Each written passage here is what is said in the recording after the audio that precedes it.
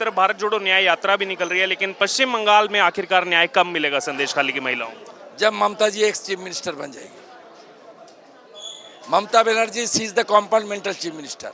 C lost her election 2021 against me. I elected, she defeated.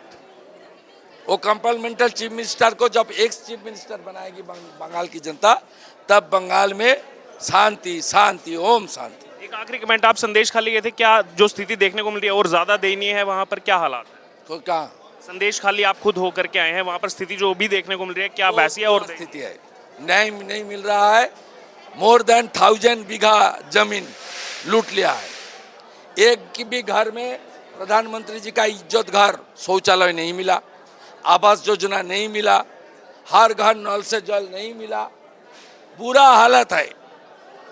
भ्रष्टाचार, भू mafia और महिला के ऊपर अत्याचार, ये तीनों संदेशखाली का, खास करके दलित बहुल और जनजाति बहुल क्षेत्र, खास करके हिंदू बहुल एरिया में पूरा के पूरा देख रहा है, रो रहा है लोग. They want Shahjahan should take against Shahjahan, administration should take appropriate and strong action as early as possible.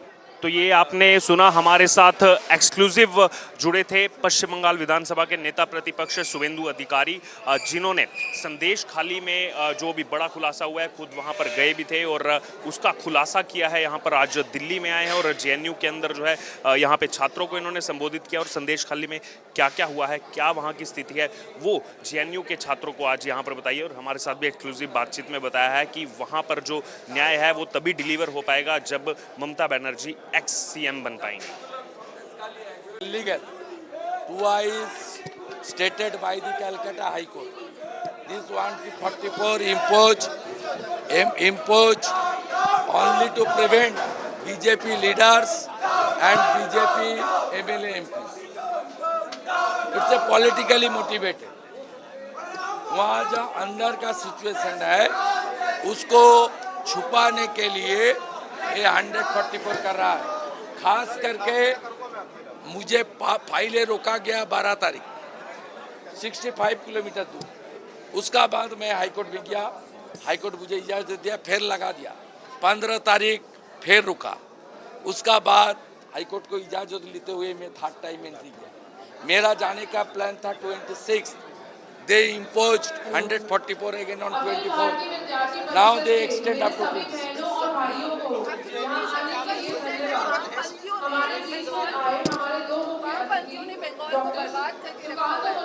ये जितना भी गुंडा है ना, सब लेफ्ट फ्रंट सीपीआईएम का स्टूडेंट था. शाहजहां शेख उनकी लीडर थे, मुस्लिम शेख.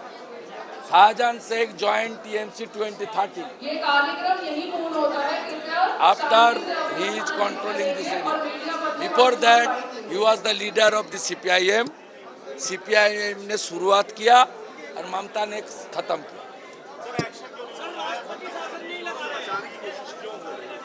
इसलिए कर रहा है. शाहजहां जो आपका ब्राइब कलेक्शन करता है, वो जोमी माफिया है, वो वहाँ पंचायत के रुपया लूटता है.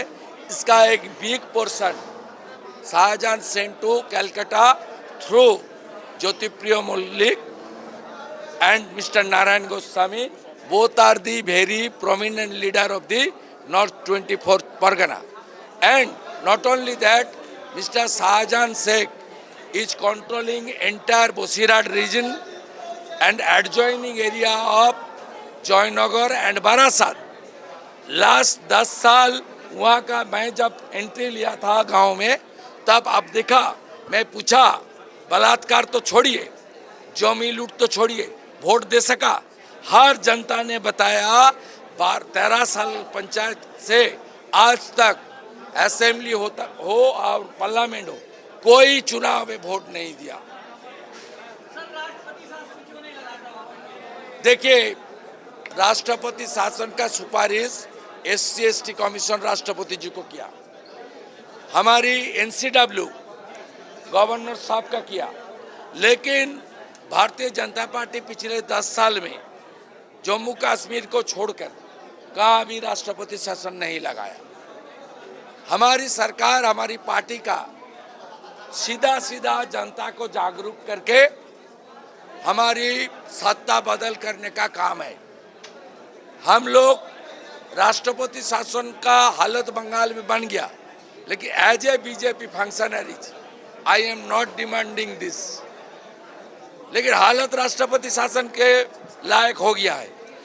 इसलिए हम लोग, मोदी जी है तो ये शाहजहां कभी भी इसका पर्दाफाश नहीं हो सकता।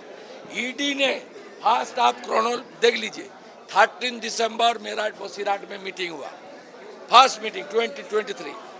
1 जनवरी शाहजहां चैलेंज मी, उसका बाद 5 जनवरी ईडी का रेड हुआ, ईडी का ऊपर हमला हुआ, सीआरपीएफ का ऊपर हमला हुआ।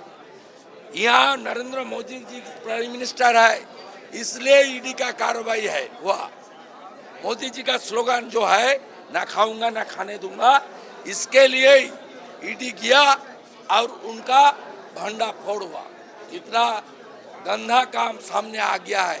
ये दिल्ली में, देश में मोदी जी का राज है, सरकार है, एजेंसी को खुला काम करने का उसका मौका है। इसलिए संदेश खाली का बात आज पूरा देश में सामने आ गया। शाहजहां शेख को ममता पुलिस नहीं अरेस्ट करेगी, वो वोट कंट्रोल करता है। शाहजहां अरेस्ट हो जाएगा तो बसीरहाट सीट हार जाएगी टीएमसी। शाहजहां अरेस्ट हो जाएगी तो बारासात पार्लियामेंट हार जाएगी, जयनगर पार्लियामेंट हार जाएगी। इसलिए due to her vote bank and vote machinery and rig machinery, Shahjahan बाहर रहेगी जब तक सीबीआई और एनआईए जब तक उनको खुला छूट नहीं मिलेगी। 6 तारीख को हाई कोर्ट में डेट है चीफ जस्टिस का बेंच में। हम सबका उम्मीद है जिस सीबीआई का पास एक केस जाएगा, सीबीआई का केस जाएगा तो within 24 hours Shahjahan will pick and go behind the bar. It's a elite center of our country. JNU को छोड़ के देश का जो यंग मास है, एडुकेटेड मास है, विद्यार्थी है, उसका पास मैसेज देना मुश्किल है। इसलिए जेएनयू में वो लोग बुलाया, हम लोग किया। ढांचे में हो रहा और कोई और नहीं करवा रही, कोई आतंकवादी संगठन नहीं है इसके पीछे। एक चुनी हुई सरकार है, क्या वो आतंकवादी सरकार है, कैसी सरकार है, इस पे सोचने की जरूरत है। और दूसरी बात, जेएनयू में ही क्यों ये ऑर्गेनाइज और शिप्रा हॉस्टल में, why is it important for us to discuss here.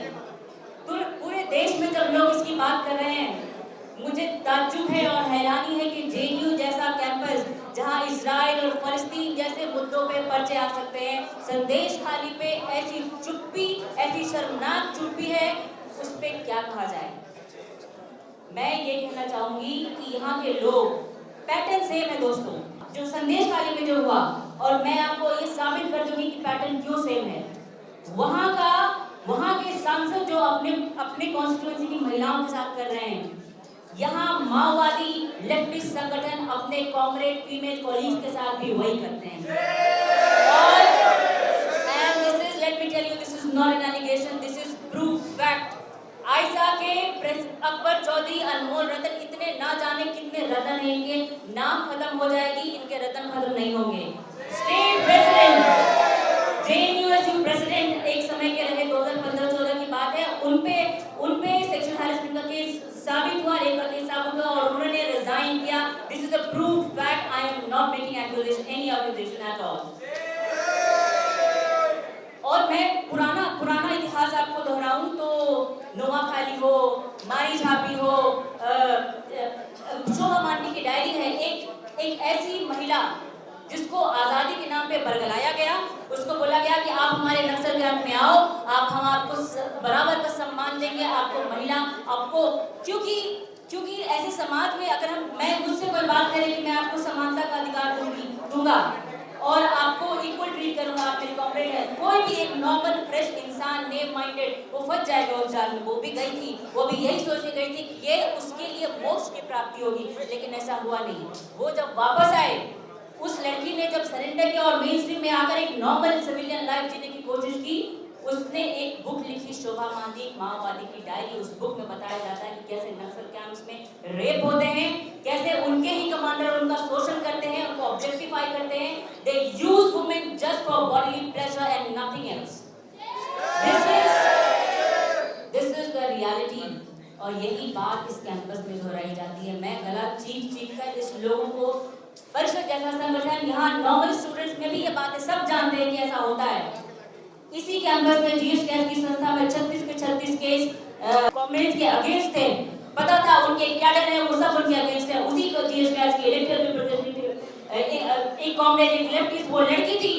जब वो टेन्योर शुरू करी तभी भी 36 केस थे, और जब उसने टेन्योर खत्म किया तभी भी 36 केस थे, और उसके बाद उस इंस्टीट्यूशन में किसी ने इलेक्शन नहीं करवाया। और आज यही लेफ्टिस्ट इसी कैंपस में इसी बात का रोना रोते हैं कि जीएस कैस चला गया तो महिलाओं की आज़ादी पर और महिलाओं की स्वतंत्रता पर हम काम नहीं कर रहे जेडीयू। ये कितना मैनिपुलेशन है। This is gross manipulation and violence. ये एक तरह का वायलेंस है जो मेंटली किया जा रहा है, लोगों को बरगलाया जा रहा है। मैं चाहूँ तो आंतरिक, मैंने पहले भी कहा, मैं इतिहास में जाकर नहीं बोल सकती। मैं मेरे सामने, हमारे सामने, मैं 2019 में इस कैंपस में आई हूँ, मेरे सामने मेरे क्लास में कितने ऐसे लोग हैं, प्रसन्ना राज से लेके कितने ऐसे अभिनव गुप्ता से लेके बहुत सारे जो कंटेम्प्रेरी केसेस हैं, उनको बोला जाता है कि आप किसी ऑफिशियल स्टेज पे मत जाइए, आप पुलिस स्टेशन मत जाइए, आप आईसीसी मत जाइए। अगर जीएस कैस होता तो जीएस कैस भी मत जाइए। हम अब आपस में, जैसे आयशा में अगर कोई केस आया तो आयशा के ही 4 लोग बैठेंगे, एसएफआई में केस आया तो एसएफआई के ही 4 लोग बैठेंगे, आपस में एक कमेटी बनाएंगे, उसका कोई रिकॉर्ड नहीं होगा, कहीं कोई ऑफिशियल डॉक्यूमेंट में नहीं होगा। इसको सब साधारण और वर्नाकुलर लैंग्वेज में मैं कहूँ तो घर की बात है, घर में सुलटा दो, बाहर मत लेके जाओ। क्या ये शर्मनाक नहीं है? ऐसा ही केस संदेश खाली में भी हो रहा है, और इसीलिए ये जरूरी है कि जेएनयू में माननीय जो लोग, हमने इस चीज को सुना है, टीवी पर देखा है, जो लोग, जिन लोगों ने इस चीज को अपनी आंखों से देखा है, अपने आंखों के सामने होते हुए देखा है, इसका नेतृत्व किया है, पूरे संदेश खाली आंदोलन का जो नेतृत्व, जो लोगों के सामने, देश के सामने लेकर आए, हम सबका सौभाग्य है कि ऐसे लोग आज हमारे बीच उपस्थित हैं जो अपनी जुबानी बताएंगे कि क्या हुआ है।